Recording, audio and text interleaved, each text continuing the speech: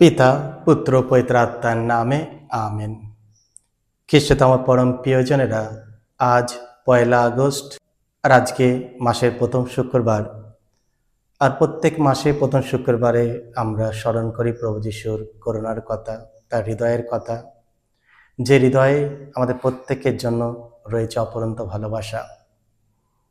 প্রভু পরমেশ্বর তিনি প্রত্যেক দিন প্রতিনিয়ত, বিশেষ করে প্রত্যেক শুক্রবারে তিনি আমাদের স্মরণ করে দেয় যে তিনি আমাদের কতটা ভালোবাসেন এবং আমাদেরকে পেয়ে তিনি কতটা খুশি।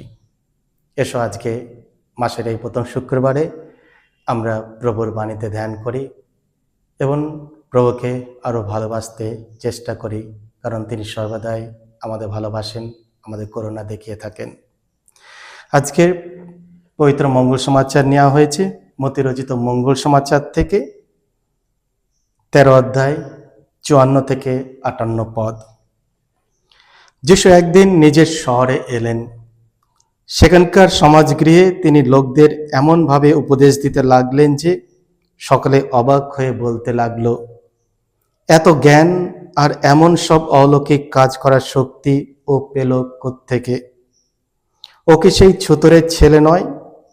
ওর মায়ের নাম কি মারিয়া নয়? আর ওর ভাইদের নাম কি যাকব, যোসেফ, সিমন আর জুদা নয়? ওর বোনেরাও কি সবাই আমাদের এখানে নেই? তবে এত কিছু ও পেল কোত্থেকে? তার প্রতি তারা কেমন যেন বিরূপ হয়ে উঠল। তখন যিশু তাদের বললেন, প্রবক্তা শুধু নিজের দেশে নিজের পরিজনদের কাছেই অসম্মানিত হন, আর তার প্রতি লোকদের এমন অবিশ্বাস দেখে তিনি সেখানে বেশি অলৌকিক কাজও করলেন না। এই হলো প্রভু যিশুর মঙ্গল সমাচার। প্রভু যিশু, তোমার মহিমা প্রচারিত হোক। খ্রিস্টতম পরম প্রিয়জনেরা, আজকে আমরা শুনলাম প্রভু যিশু তিনি তার নিজের শহরে, নিজের গ্রামে নাজারেতে তিনি ফিরে আসলেন। ফিরে আসার আগে হয়তো প্রভু যিশুর অনেক আবেগ ছিল যে তিনি নিজের গ্রামে যাচ্ছেন, নিজের পরিজনদের কাছে, নিজের মানুষদের কাছে আলাপ হবে, সাক্ষাৎ হবে। এটা আনন্দের দিন, এটা আনন্দের সময়।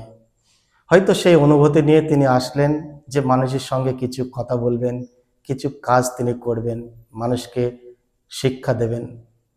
আর তাই তিনি প্রথমে নাজারেতে এসে তিনি সমাজ গৃহে গেলেন। সেখানে তিনি মানুষদের উপদেশ দিতে লাগলেন। আর তিনি এমন শিক্ষাবাণী মানুষদের দিলেন যে মানুষ তার শিক্ষা শুনে সবাই অবাক হয়ে গেল। তারা বলতে লাগলো, এত জ্ঞান, এমন সব অলৌকিক কাজ করার শক্তি ও পেল কোত্থেকে? তারা সত্যিই অবাক হয়েছিল, কারণ প্রভু যিশু তাদের মধ্যে হয়তো তিনি অনেক কিছু অলৌকিক কাজ তিনি করেছেন, তার ক্ষমতা তিনি দেখিয়েছিলেন, তার আসল রূপ তিনি দেখিয়েছিলেন। হয়তো মানুষ সেটা বুঝতে পারেনি, আর তাই হয়তো মানুষ অবাক হয়েছে তার জ্ঞান বুদ্ধি দেখে, তার অলৌকিক কাজকর্ম দেখে। কিন্তু দুঃখের বিষয়, তাকে তারা পুরোপুরি গ্রহণ করতে পারল না। অলরেডি তাদের মধ্যে এক নেগেটিভ থট তাদের মধ্যে ঢুকে গেল যে এই লোকটাকে তো আমরা চিনি, এ তো বাবার নাম যোসেফ, ছোটর মিস্ত্রির ছেলে, ওর মা মারিয়া, ওদের ভাইদের আমরা চিনি, ওর বোনরা এখানে বাস করে। এই যে একটা পরিচিত জিনিস তাদেরকে প্রভু যিশুর আসল পরিচয় থেকে তাদের ফিরিয়ে দিল। তারা জানতে চাইল না যে আসল যিশু কে, তিনি কোত্থেকে এত জ্ঞান বুদ্ধি পেয়েছে, তার আসল রূপটা কি, তার আসল পরিচয়টা কি। আজকে মঙ্গল সমাচারের 3টে জিনিস আমরা অনুভব করতে পারি। প্রথম হচ্ছে, অতিরিক্ত পরিচিত হলে যা হয়। যিশুর সঙ্গে হয়তো এই মানুষগুলো খুবই পরিচয় ছিল, তারা জানতো যিশুর পরিচয়, যে তিনি কোত্থেকে আসছেন, কার ছেলে। আর এই ফ্যামিলারিটি বা অতিরিক্ত পরিচয় পাওয়ার জন্য, পরিচিতি হওয়ার জন্য হয়তো তাকে ঠিকমতো গ্রহণ করলো না। না, আমাদের কয়েক সময় এই ধরনের হয় না। আমরা যখন আমাদের মধ্যে থেকে কেউ যখন ফিরে আসে, কোনো একজন হয়তো আমাদের গ্রাম থেকে কোনো ছেলে, কোনো মেয়ে, না সমাজে কোনো কিছু বড় কিছু হয়েছে বা কোনো কিছু করেছে তার জীবন দিয়ে, সে যখন আমাদের গ্রামে ফিরে আসে, আমাদের সবাই আনন্দ হওয়া উচিত যে আমাদের গ্রামের একজন ছেলে, আমাদের এই মাটির মানুষ, সে ফিরে এসেছে, অনেক কিছু জীবনে উপলব্ধি করেছে, অনেক কিছু করেছে তার জীবনে। না, আমাদের না গর্ববোধ হওয়া উচিত। না, কয়েক সময় সেটা না হয়ে আমরা কি করি, তার বিরুদ্ধে আমরা কথা বলতে শুরু করি, তার পরিবারের সম্বন্ধে কথা বলতে শুরু করি। না, আমরা অনেক সময় তাকে অবহেলাতা করি, আমরা হালকাভাবে তাকে কয়েক সময় নিয়ে থাকি, আর তার জন্য বিশেষ কিছু আমরা তার কাছ থেকে পাই না, বা সাহস করে সেও আমাদের জন্য কিছু করতে পারে না। কারণ সে জানে যে আমি যত ভালো কিছু করি না কেন, মানুষ ঠিকমতো আমাকে গ্রহণ করবে না। আর যিশুর ক্ষেত্রে ঠিক একই হয়েছিল।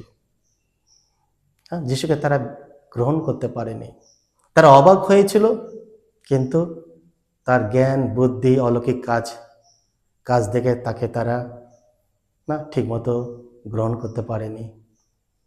তার জন্য দ্বিতীয় জিনিসটা হলো, তো পূর্ব জ্ঞান তাদের ছিল না, ওই ছেলেটা ওই বাড়ির না, এই ধরনের জ্ঞান যে ও বাড়ি থেকে আসছে, ওই পরিবেশ থেকে আসছে, ওই পরিবেশ থেকে আসছে, ওর বাবা মা এই না, ও কি হতে পারে, এই যে এক ধরনের আইডিয়া আমরা ওই ব্যক্তির প্রতি হয়, যেটা আগে থেকে ছিল। হয়তো মানুষ পরিবর্তন হয়, অনেক মানুষ হয়তো চেঞ্জ হয়, একটা মানুষ একই থাকে না, কিন্তু আমরা কয়েক সময় সে মানুষের সেই পুরানো জিনিস দেখে আমরা তাকে বিচার করি, যে ওই ব্যক্তিটা ওই করেছিল, হয়তো করেছিল, ভুল করেছিল, কিন্তু হয়তো মানুষটা পরিবর্তন করেছে, হয়তো মানুষটা অনেক কিছু জ্ঞান বুদ্ধি অর্জন করেছে, হয়তো সে নতুনভাবে আমাদের মধ্যে ফিরে এসেছে, কিন্তু আমরা সেই পুরানো জিনিস দিয়ে তাকে বিচার করি, আর তার কারণে হয়তো আমরা তাকে ঠিকমতো গ্রহণ করতে পারি না। আর যিশুর ক্ষেত্রে ঠিক তাই হয়েছিল না, ও তো ছুতুর মিস্ত্রির ছেলে, ওর ভাই বোনদের আমরা চিনি না, এই ধরনের মনোভাব। আর এই ধরনের মনোভাব থাকার কারণে না তারা ভগবানকে, প্রভু যিশুকে গ্রহণ করতে পারলো না। আর তার জন্য যিশু কি বললেন, তার প্রতি লোকদের এমন অবিশ্বাস দেখে তিনি সেখানে বেশি কিছু অলৌকিক কাজ করলেন না। হয়তো যিশুর আশা ছিল তার লোকজনদের জন্য, তার দেশের জন্য, তার মানুষদের জন্য, আত্মীয় স্বজনদের জন্য তিনি কিছু করবেন, কিন্তু তাদের অবিশ্বাসী দেখে তিনি অবাক হয়ে গেলেন, খুবই দুঃখ পেলেন, আর তার জন্য তিনি অলৌকিক কিছু কাজ তিনি করলেন না। আর কিভাবে করবে, কারণ তাদের মনে বিশ্বাস নেই যে এই ব্যক্তিটা কিছু করবে তাদের জন্য। হয়তো প্রভু যীশু অন্যান্য জায়গায় অনেক কিছু কাজ করেছেন, অনেক মানুষ তাকে অনুসরণ করেছে, অনেক মানুষ তার কাজ, তার কথাবার্তা, তার অলৌকিক কাজ দেখে হতভম্ব হয়ে গেছিল, অনেক সাধারণ মানুষ তাকে না গ্রহণ করেছিল, কিন্তু নিজের দেশের মানুষ, নিজের গ্রামের মানুষ তাকে প্রত্যাখ্যান করলো। আর তার জন্য প্রভু যীশু দুঃখের স্বরে তিনি বললেন যে এখানে তিনি কোনো কিছু অলৌকিক কাজ তিনি করবেন না। তিনি জানতো হাজার কাজ করলেও মানুষ তার প্রতি বিশ্বাস জাগাতে পারবে না। খ্রিস্টান পরম প্রিয়জনেরা, প্রভু যীশু এখনো আমাদের মধ্যে অনেক কিছু অলৌকিক কাজ করতে তিনি প্রস্তুত, শুধু আমাদের হৃদয়ের বিশ্বাস দরজা খুলে রাখতে হবে। হয়তো প্রভু যীশু এক্সট্রাঅর্ডিনারি কাজ তিনি আমাদের দ্বারা করবেন না, কিন্তু প্রত্যেক দিন কিছু না কিছু আশ্চর্য কাজ তিনি আমাদের সামনে করে থাকেন বিভিন্ন মানুষের দ্বারা। আমরা কি আমাদের চোখ আমরা খুলে রাখি, না আমাদের মধ্যে সেই প্রেজুডিস মানুষের প্রতি, ভগবানের প্রতি রয়েছে? হয়তো আমরা প্রভুকে তার বাইবেলে পড়ে তার জ্ঞান, তার বুদ্ধি, না প্রভু যীশু আমাদের যা কিছু দেয় তাতে আমরা খুব আকৃষ্ট হই, কিন্তু হৃদয় থেকে আমরা তাকে ঠিক মতো গ্রহণ করতে পারি না। আর যদি গ্রহণ করি তাহলে আমাদের জীবন, আমাদের আচার আচরণ সব কিছু পরিবর্তন হবে। আমরা একই থাকতে পারবো না। আমরা প্রত্যক্ষভাবে দেখতে পাবো আমাদের জীবনে অনেক কিছু অলৌকিক ঘটনা। হয়তো এই ধরনের জিনিস আমাদের জীবনে হতে পারে। হয়তো কয়েক সময় মানুষ তোমাকে গ্রহণ করতেও পারে বা না করতেও পারে।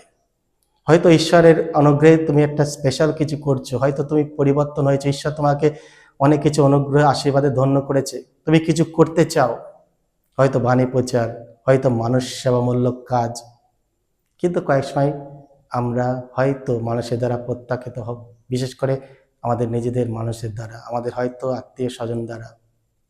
অন্যজন অ্যাপ্রিসিয়েট করবে, হয়তো তোমাদের কাছের লোক হয়তো তোমাকে গ্রহণ করবে না। আর তার জন্য যিশুর কাছে শিখতে হবে। হয়তো যিশু জানতো তাদের মনোভাব, আর তার জন্য তিনি বেশি কিছু করলেন না।